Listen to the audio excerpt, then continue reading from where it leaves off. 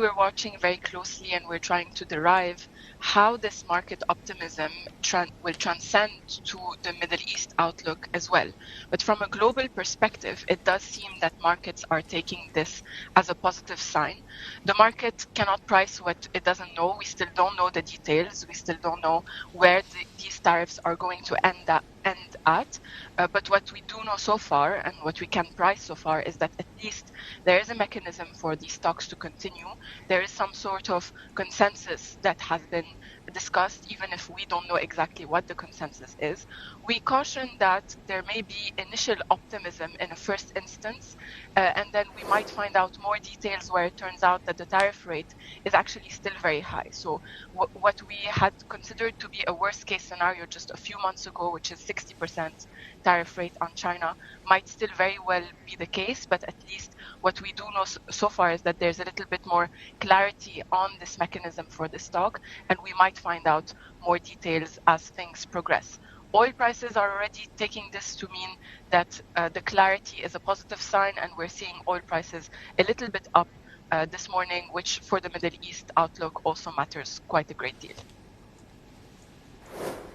So, Carla, expand on the Middle East outlook for me, because trade is everything right now. And of course, the US administration has essentially hit reset on what global trade looks like. What does it mean for the MENA region, and where do you see the biggest winners in MENA from this reconfiguration of global trade corridors?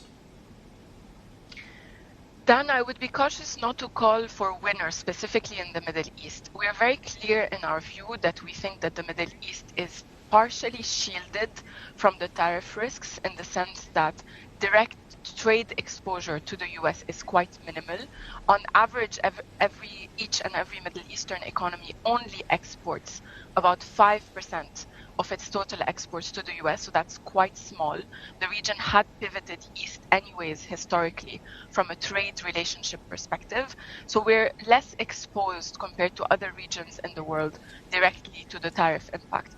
But the Middle East is quite exposed from an indirect impact through oil prices, through accelerated US investments, and we're about to see this this week as President Trump makes his way to the region to agree these deals and for that economic deal-making process to continue.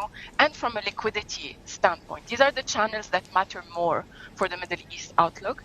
There are opportunities in the sense that geographically, strategically, the Middle East is at the center of these global supply chains that are being revisited, that are being rerouted.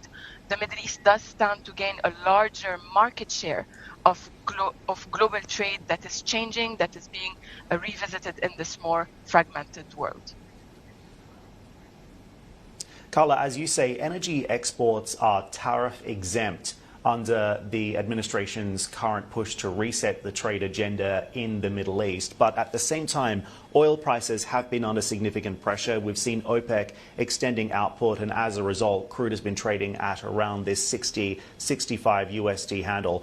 What's your own take right now on the fiscal resilience of the GCC, given just how far oil prices have fallen? So if we extrapolate where oil prices are, so we're inching closer to $65 today on the optimism. At $65, there are only 3 economies in the Middle Eastern oil exporting group of countries that will still have a comfortable or a balanced budget. These economies are the UAE, Qatar, and Oman. These are the economies that still have a fiscal break-even oil price level that is low, whereby where we are today in oil prices at around $64, $65, we will not see these economies post a large budget deficit. They can even manage to still post a surplus. Other economies will face even larger budget deficits than previously anticipated, faster rise in public debt to GDP, and more tapping into their savings by way of the central bank, FX reserves, or the sovereign wealth fund. But down to your point that energy is exempt, the one other category of goods that is not exempt is also steel and aluminium. And that's where we believe that there's an additional vulnerability for the region, whereby we do have local manufacturing of steel and aluminium in the UAE, in Bahrain, to a certain extent in Saudi Arabia.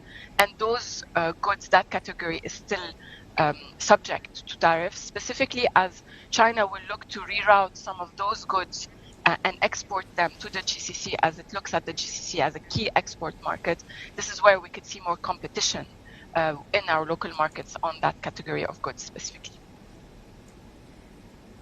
What's been fascinating to watch over the last couple of years is this $1 trillion trade and investment corridor that has opened up between Saudi Arabia and the United States, and of course the UAE and the United States as well. It seems as if trade and investment ties between the Gulf and the US have certainly been improving over the last few years. So, Carla, what's your take on some of the deal flow that we could actually see announced this week as President Trump hits Saudi Arabia, Qatar, and the UAE?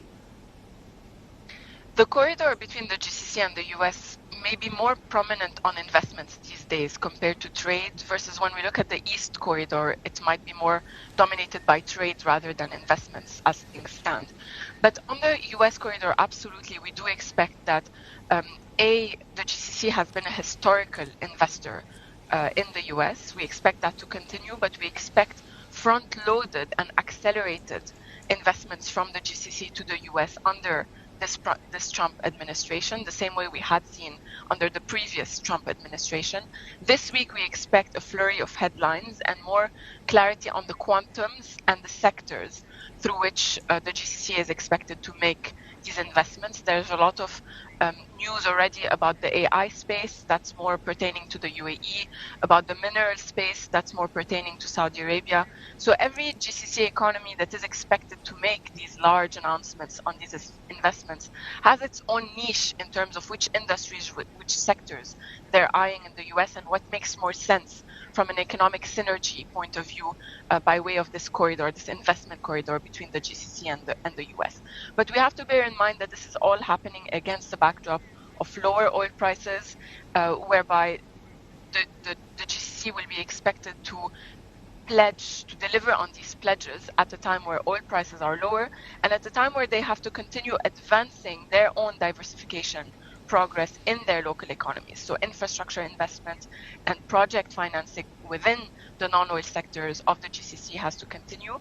This has delivered resilience in non-oil growth. So when we look at the latest figures for non-oil growth, we have non-oil growth in excess of 6% in Abu Dhabi, in Qatar, in excess of 4% in Saudi Arabia. So that also has to continue.